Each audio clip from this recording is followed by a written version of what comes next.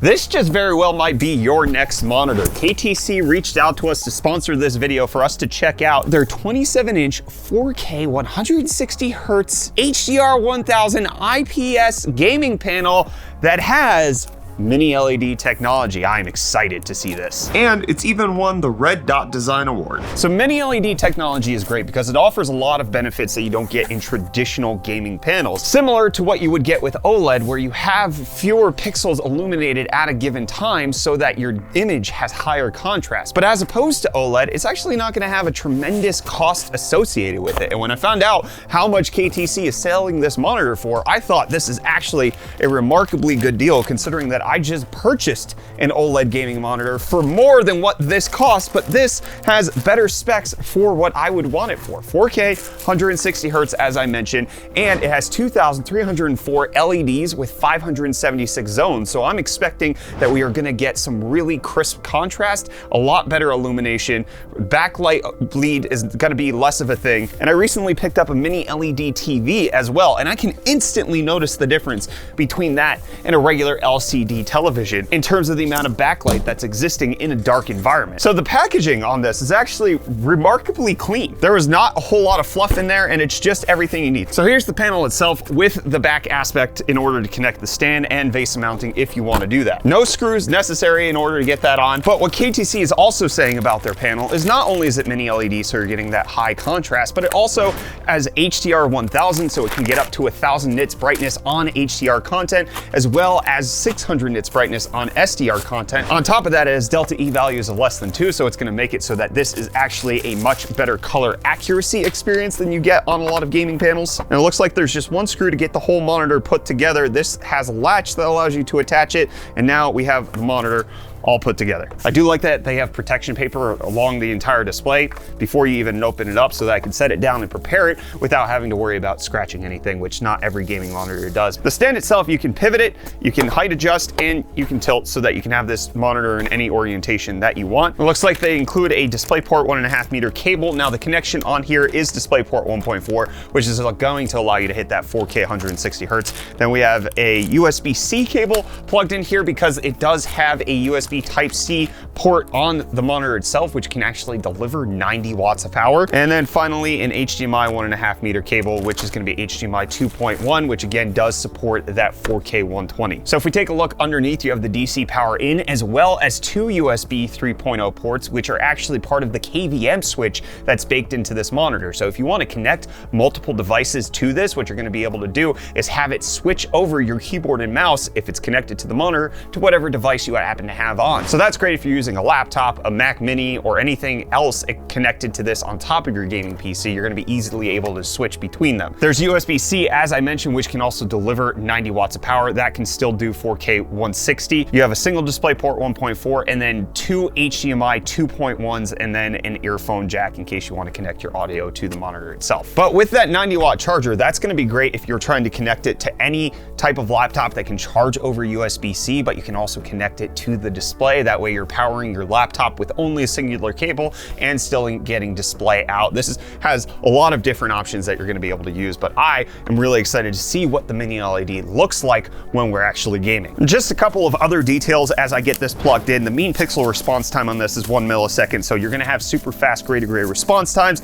Additionally, it has support for both NVIDIA G-Sync as well as AMD FreeSync, so whatever adaptive refresh rate technology you're trying to use, it's going to be able to do that. There are built-in speakers. It's got 2x2 watt speakers in case you want to play audio out of your monitor. And I believe I said this earlier, but I'm just going to make sure right now, this is an IPS panel so that you're going to have good viewing angles no matter where you're sitting in relation to the monitor itself. So that's powered on. Let's go ahead and remove this for the first time. Oh, that is good. Oh, that is a nice matte display right there. Not a ton of reflection, even in a super bright environment. You can see we have our studio lights around. You're not seeing those very clearly at all. But what you are seeing is the MiniLED right there. You see the power saving, but because of the MiniLED technology, the entire panel's not lighting up. It's only doing it in the zones that the LEDs exist in. So again, this is close to the benefit of everything that OLED gives you, but without the cost and capable of giving you a lot of good gaming economics. So let's power this up. In this PC right here, I have a 5800 X3D and an RTX 4090. So we're gonna power this 4K 160Hz display. There we go, booting up for the first time. And again, just even in that BIOS menu right there,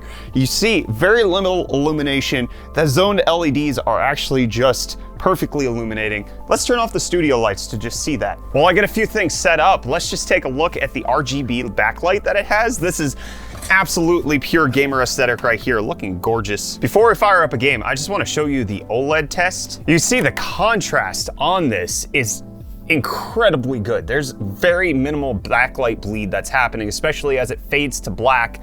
What you're having is the actual colors are staying illuminated. Down here in the zones where it's not as bright, it's not illuminating those LEDs as much, and it allows it to get closer to perfect black levels without that kind of sheen that you might see, some light ghosting that you have on certain LED panels that might have a local array dimming. But now we need to see how it looks for gaming. So let's go ahead and go to display settings, and we're already default 4K 160 Hertz, only in SDR. So let's go ahead and switch this over to HDR. HDR looking good. Now we have up to that 1000 nits brightness. Just want to take a look at the menu settings on here if we possibly can. It has a joystick at the back, which is always preferred for actually navigating menus like this. I turned G-Sync on to make sure that there's no screen tearing while we're gaming. You also have overdrive selection in case you want to turn that on, as well as game assist features like timer, crosshair, and FPS counter. HDR settings, you can change the RGB lighting on the back to either be red, green, blue, off, or breathing like we have it now. You could have the KVM switch set up to be auto, USB up, or Type-C, display stream compression, as well as model information of the actual display that you have. This is actually a fairly simple menu, but it does everything right.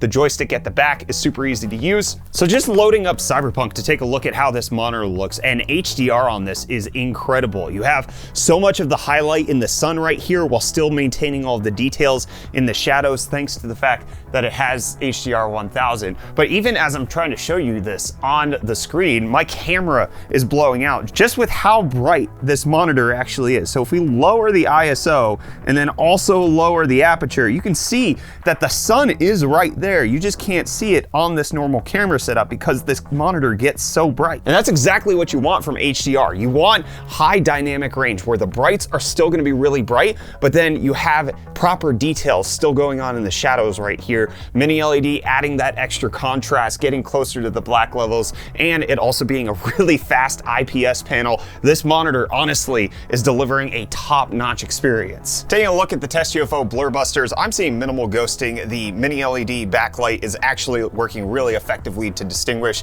between the active parts and the non-illuminated parts. This is actually looking really good. And just playing a few other games, I am blown away by the HDR content in here. Being able to illuminate everything properly, having the high dynamic range. This thing's running flawlessly at 4K. That 160 Hertz is coming into play here. 4090 is probably one of the very few cards that's going to be capable of actually properly driving this display, but that's one of the benefits of getting a display that's better than your graphics card. It's going to last you a long time. You're going to be able to enjoy high refresh rate gaming. I'm just blown away by this sky.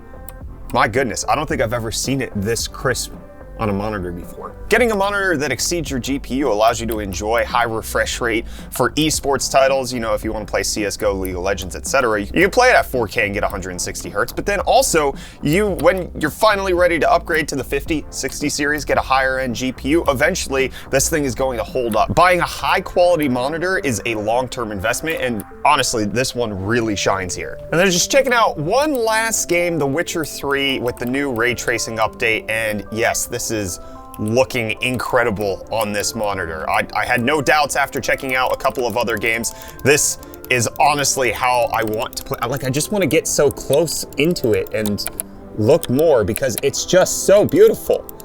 This is a way I've never played this game before, with HDR at 1000 nits brightness, ray tracing on, 4K, max settings, everything on a 40. Like, this is a new experience right here. It is incredible. This monitor has so many pros for me. It's one of the highest end gaming monitors that I've been able to test, but comes in at a price point that doesn't break the bank. I mean, just a few years ago, if you wanted to get 4K 144 Hertz, you were spending thousands of dollars to hit that price point, and the price point that KTC has come in with this is much better, but you're also getting 160 Hertz refresh rate, you're also getting IPS, you're getting mini LED added in on that technology, a KVM switch, HDR 1000. This thing is hitting so many points. This is honestly a super deal for a high-end gaming monitor. So you can check the link out for this monitor down at the video description. Again, big thanks to KTC for sponsoring this video and for sending over the M27P20P. This is a high-end gaming monitor at a great price point. Big thanks to them. Check it out. I'll see you guys in the next video.